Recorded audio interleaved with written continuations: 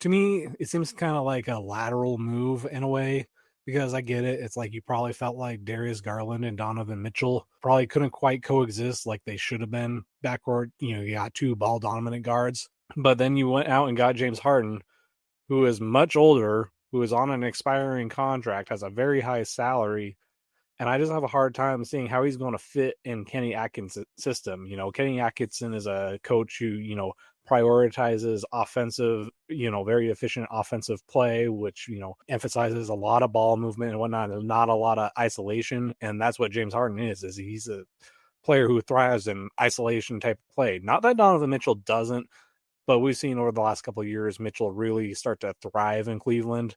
So for this, I'm like, I have a hard time seeing how James Harden and Donovan Mitchell are going to kind of coexist in that backcourt. And plus, it's like, if you're Cleveland and you got championship aspirations, I have a hard time seeing trading for is James Harden at this point in his career is really a championship type of move. We know about the playoff flameouts and whatnot, and just for all those reasons, I have a hard time seeing the vision for the Cleveland Cavaliers. For the Los Angeles Clippers, I get it kind of because they started off the season very rough.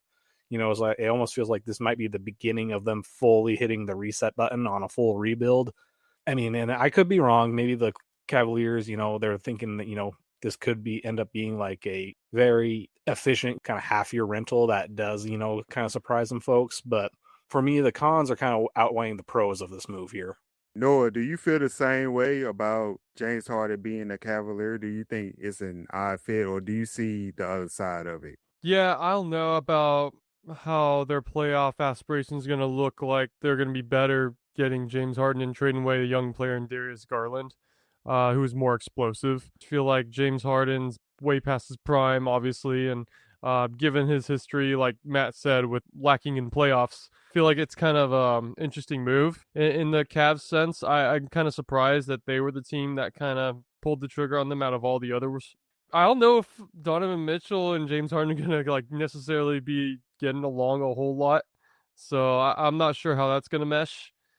Maybe I'm wrong, but we'll see.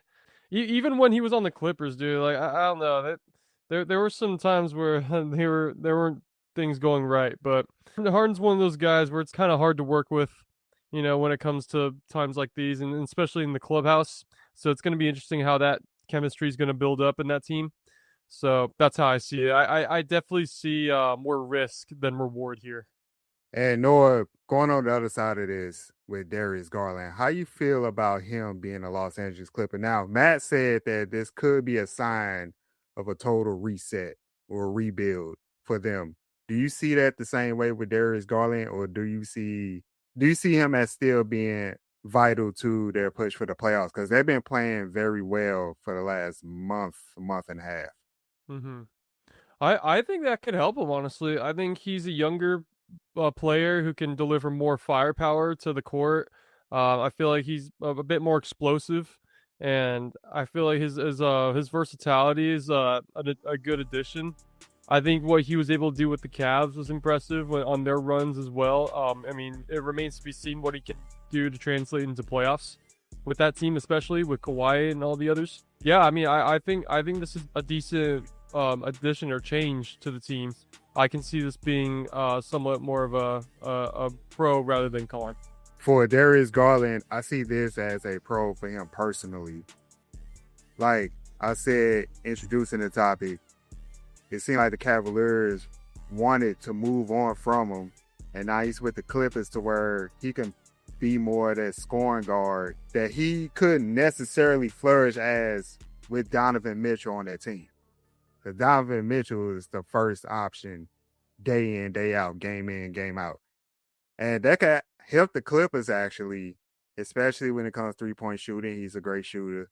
Kawhi is somebody who's efficient, who's not going to take a lot of shots, who's not going to take up the offense.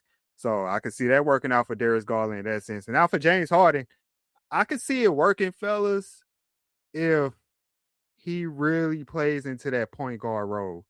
This season, he's averaging 8 assists. He doesn't need to score the ball. You have Donovan Mitchell, let's bring him up once again. You have Evan Mobley, Jared Allen. Now, I did see some rumors that Jared Allen might be traded. I don't think the Cavaliers should do that.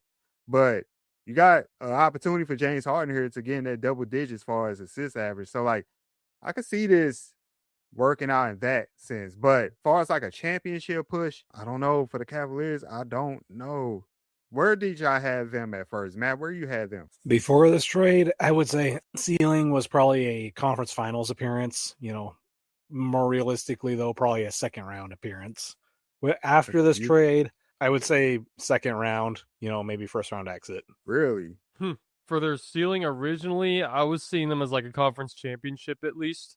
Now I think it's like first or second round. Whoa. Like I said in my opening statement, I just don't see this as a move that really propels them forward. It's like, this is not James Harden from 2018 we're talking about. This is an aging James Harden, and yes, he's still a good player. Don't get me wrong. I'm looking at the construct of this team with Harden on it and knowing the history and whatnot. And depending on who they get matched up with in the first round, it could get ugly for Cleveland. I feel like this was a move that I felt was kind of like a knee-jerk reaction compared to what other moves they could have made. I would kind of counter that for James Harden and say that, yeah, this is not 2018 James Harden. But I think this is a more mature James Harden. This is a James Harden that, in this point in his career, knows that he does not have to do as much or do too much as he would have done years past. So that's why I was saying, like, this will work for the Cavaliers if James Harden really bogs down as that point guard for this team.